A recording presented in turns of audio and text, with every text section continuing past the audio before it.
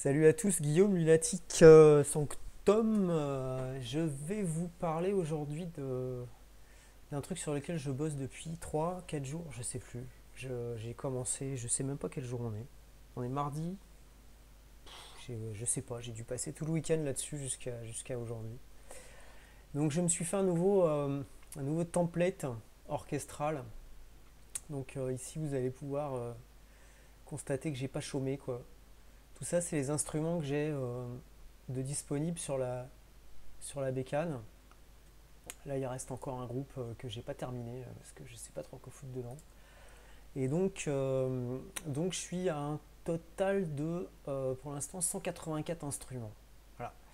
Ils sont tous accessibles, c'est-à-dire que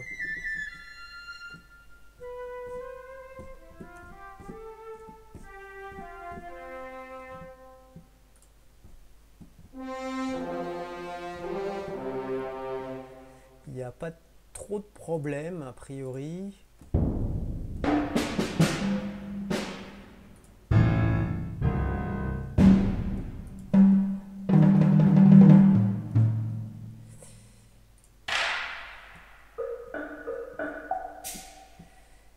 Il y a plein de bordel.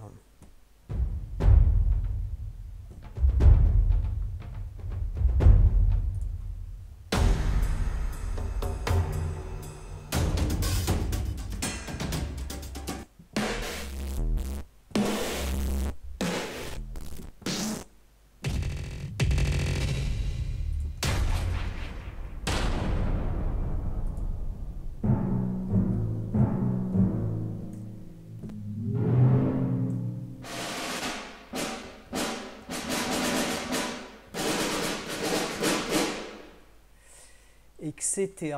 etc.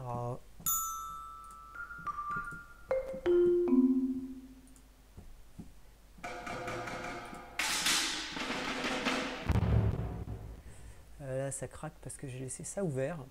Donc en fait, ce qui se passe, c'est que j'ai tous ces trucs-là, parce que regardez ici l'occupation de la mémoire en utilisé, pardon, j'ai en tout la somme ridicule ben merde, c'est marqué où? Je vois plus.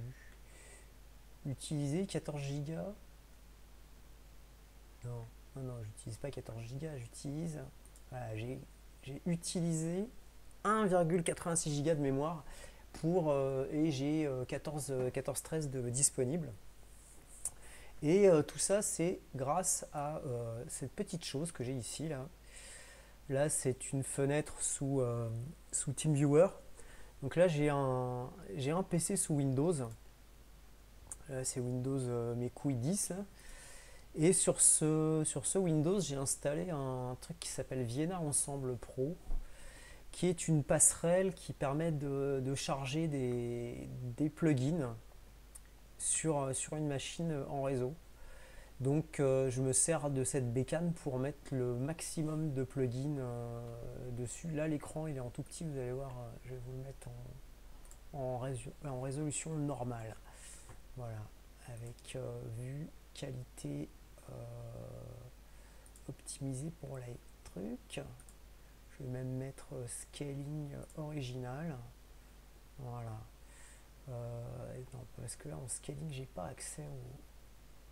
Alors, je vais mettre scaled quand même. Bon, la résolution est pas top top parce que c'est réduit pour pouvoir avoir la barre de menu là, qui est là-haut. Là. Donc ici sur cette bécane, j'en ai mis plein la gueule. C'est-à-dire qu'ici c'est toutes les instances que j'ai.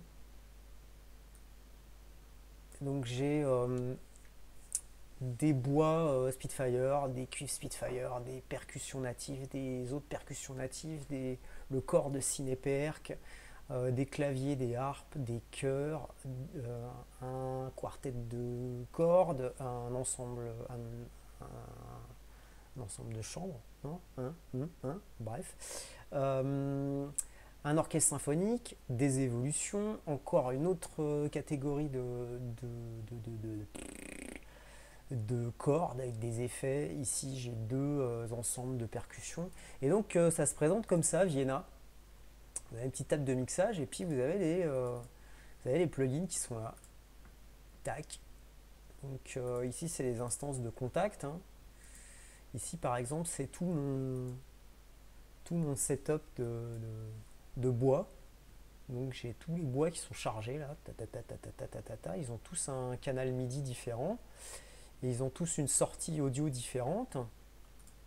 Et chaque sortie, elle est routée vers l'extérieur. Donc sur Logic, sur chaque instrument, vous avez un... Alors, je vais prendre par exemple, tiens, mon truc là, mon corps français là. Je vais fermer ça histoire que ça crépite pas. Là sur mon...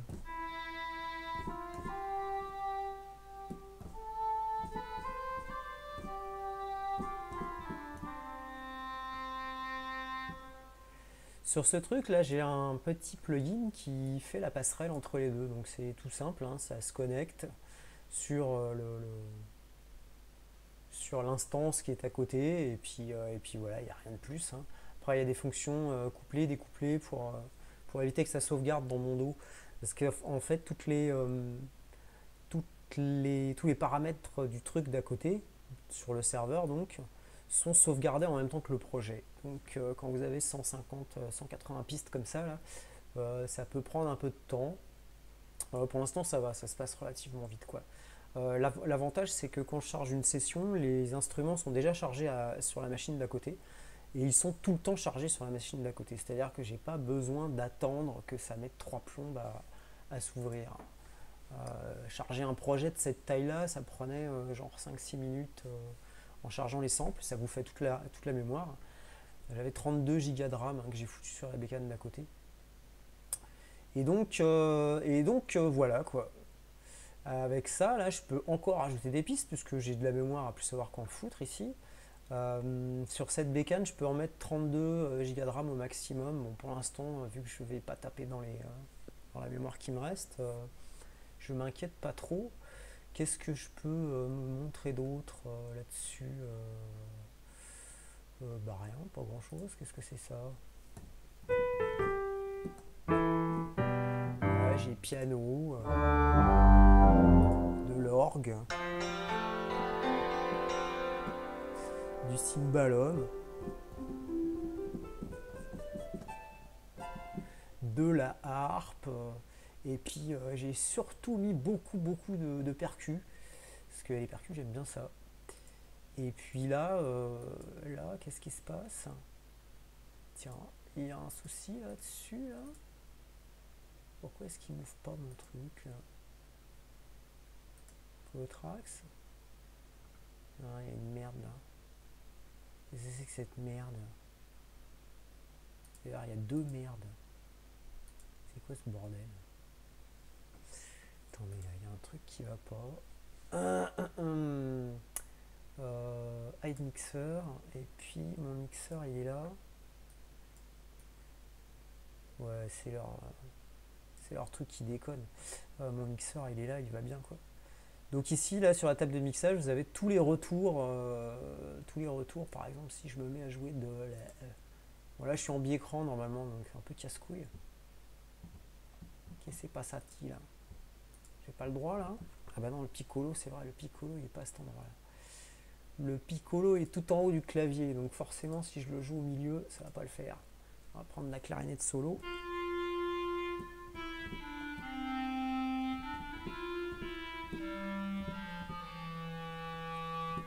Et donc tous mes instruments reviennent là, tranquillou. Alors pour l'instant, j'ai pas mis encore les reverbs, j'ai pas mis d'équas, j'ai rien fait pour que tout sonne correctement.